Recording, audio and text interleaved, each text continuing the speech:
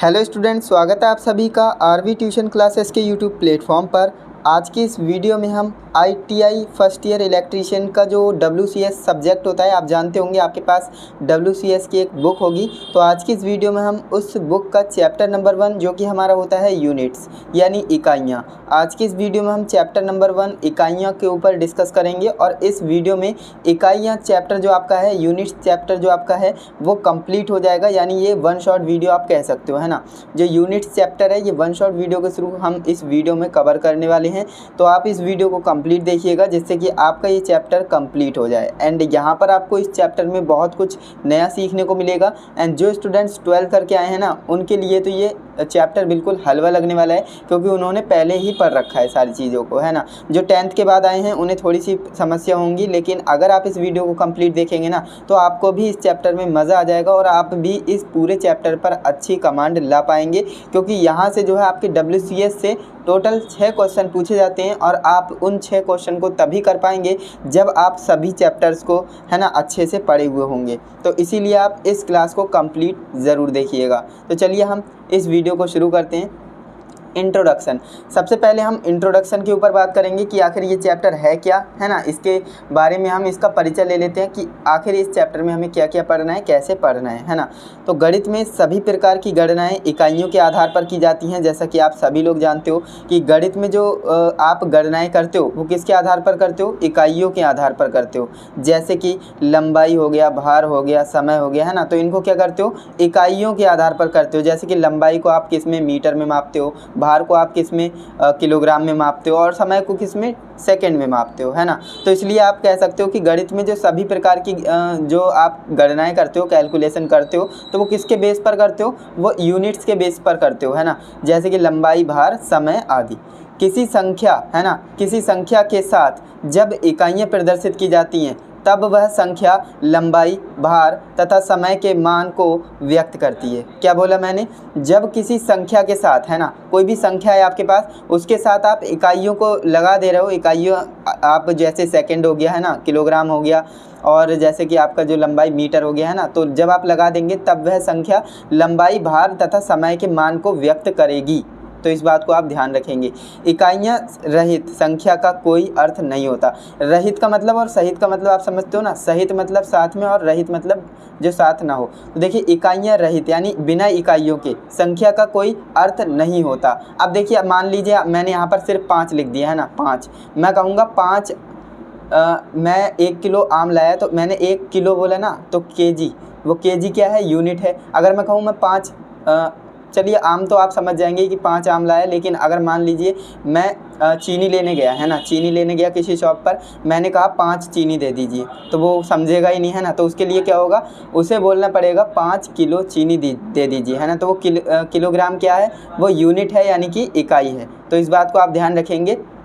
तो जो आप किसी भी संख्या के साथ इकाई लगा देते हो ना, तभी वो जो है क्या कहलाती है। तो यहाँ पर मैंने बोला है इकाइयाँ प्रदर्शित की जाती हैं, तब वह संख्या जो है लंबाई, भार या समय के मान को व्यक्त करती है। इकाइयाँ रहित, जैसे कि मान लीजिए आपने इकाई नहीं लगाया तो उसका कोई अर्थ ही नहीं निकलेगा। जैसे कि मैंने आपको बताया, आप दूध लेने जाएंगे तो आप कहेंगे 5 दूध दे दीजिए, तो ऐसा तो नहीं होता है ना, 5 किलो दूध दे दीजिए, है ना। तो या फिर लीटर में आप कह सकते हो। इसलिए गणित के प्रश्नों में इकाइयों का प्रयोग करना आवश्यक है। हमारे दैनिक कार्यों में भी इकाइयों का विशेष स्थान है। सामान्यतः इकाइयों को 3 भागों में बांटा गया है।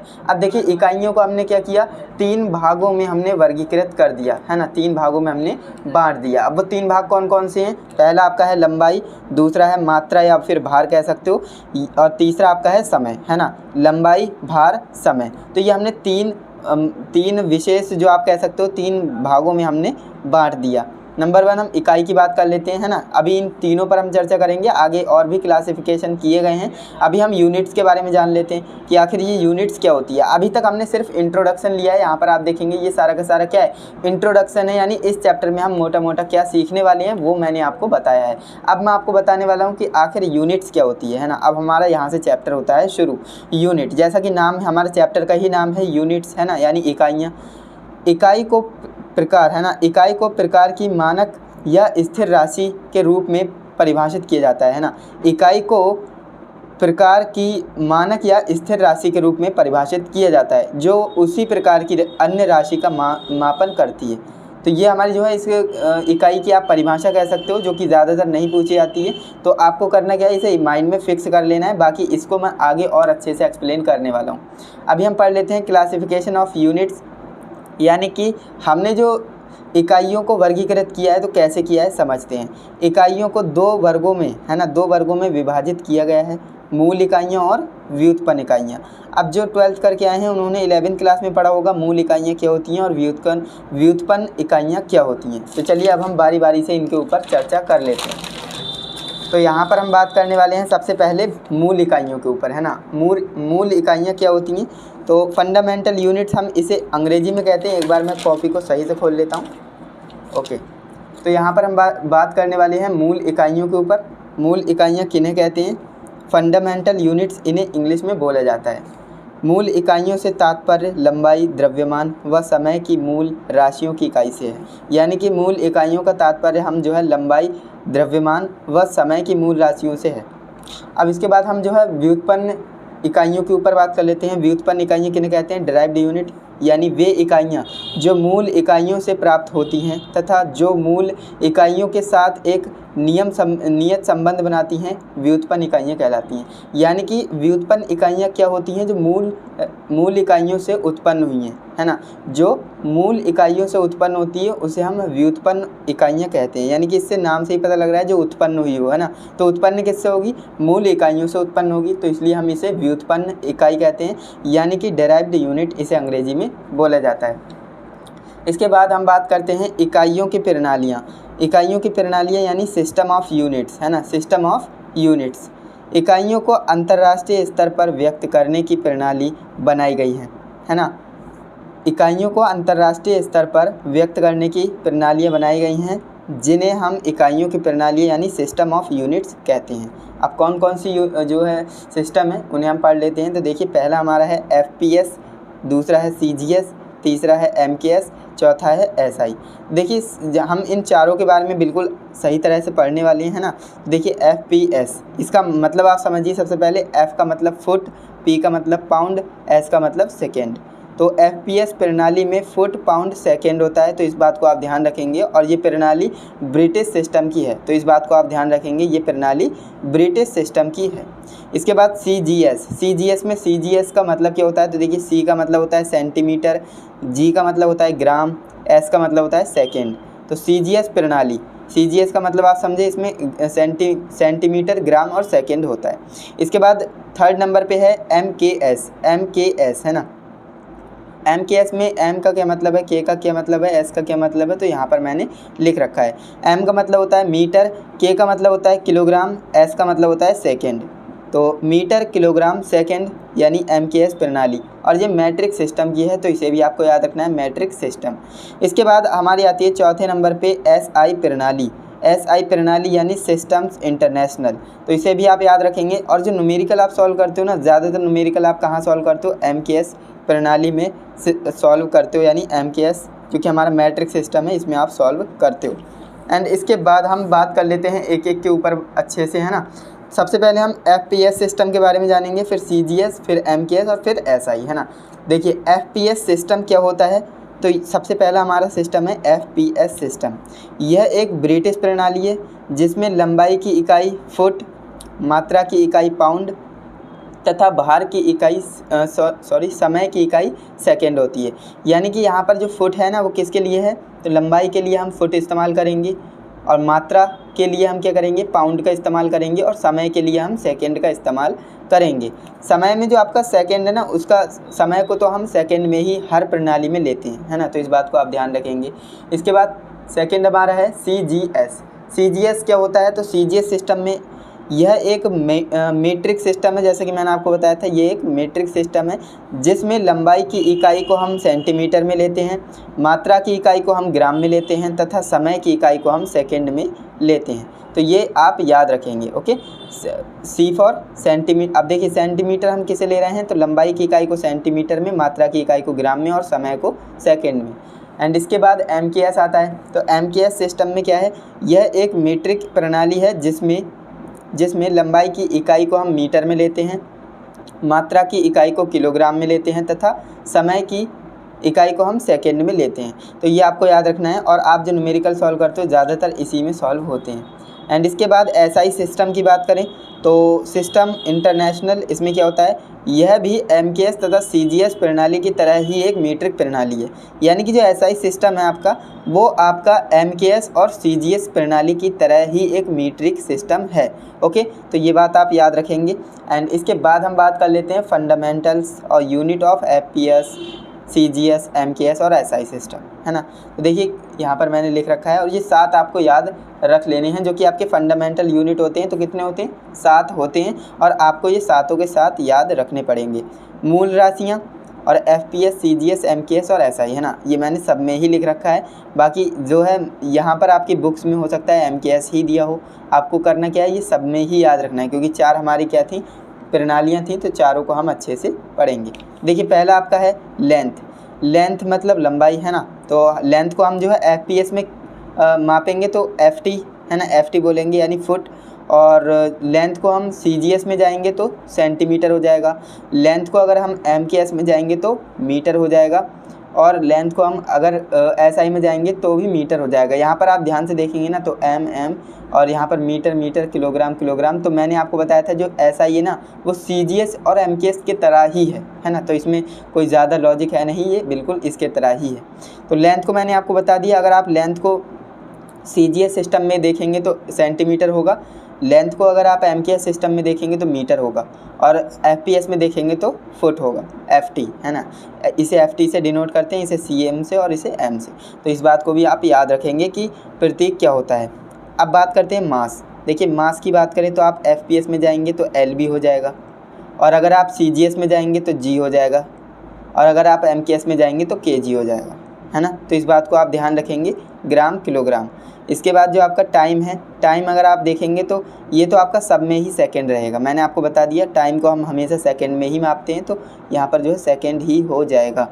एंड इसके बाद जो आपका करंट है, करंट को आप अगर एफपीएस में देखेंगे तो एम्पियर, सीजीएस में भी एम्पियर, एमकेएस में भी एम्पियर रहेगा और एसआई में भी एम्पियर रहेगा, और इसका प्रतीक ए रहेगा। ओके, ध्यान रखेंगे। एंड इसके बाद नेक्स्ट हमारा है टेम्परेचर।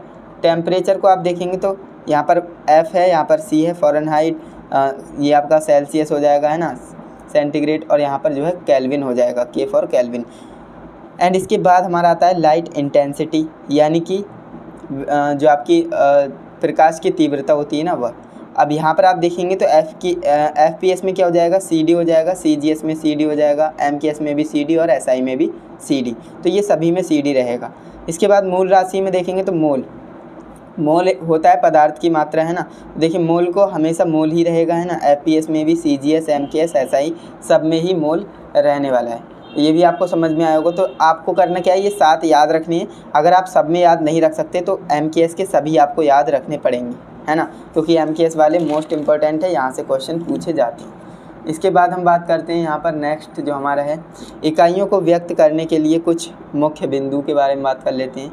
इकाइयों की पहचान प्रतीकों के बाद पूर्ण विराम नहीं लगाना है, तो इस बात को आप ध्यान रखेंगे। इकाइयाँ अगर आप इकाइयाँ लगा रहे हो, इकाइयों की पहचान प्रतीक के बाद आप पूर्ण विराम कभी भी नहीं लगाएंगे, जैसे कि एम हो गया, एलबीएस हो गया, सीएम हो गया, है ना। तो इनके आगे आपको पूर्ण विराम नहीं लगाना है। इसके बाद नेक्स्ट हमारा है पहचान प्रतीक सभी संख्याओं के साथ एक वचन पद्धति में लगाए जाते हैं, जैसे कि मीटर तथा मीटर्स के साथ एम, मिलीमीटर तथा मिलीमीटर्स के साथ एमएम। ओके, तो इस बात को आप ध्यान रखें। क्षेत्रफल तथा आयतन के पहचान प्रतीक घात इंडेक्स द्वारा व्यक्त किए जाते हैं, जैसे कि सेंटीमीटर स्क्वायर हो गया, सेंटीमीटर क्यूब हो गया, एक्सेट्रा। उनके स्थान पर SQCM या फिर CUCM का प्रयोग नहीं किया जाता है। इसके बाद है जब किसी राशि को व्यक्त करने में एक या अधिक शून्य कतार में लगे हों तो शून्य की संख्या को 10 की घात के रूप में दिखाना चाहिए, जैसे कि यहाँ पर हमने लिखा है 25,400 के स्थान पर हम 25.4 × 10⁻³ एक्सेट्रा लिख सकते हैं। सामान्य 10 की घात 3 के गुणांकों में होने चाहिए। इसके बाद नेक्स्ट हमारा है, ये आपको सभी के सब बिंदु को याद रखना है।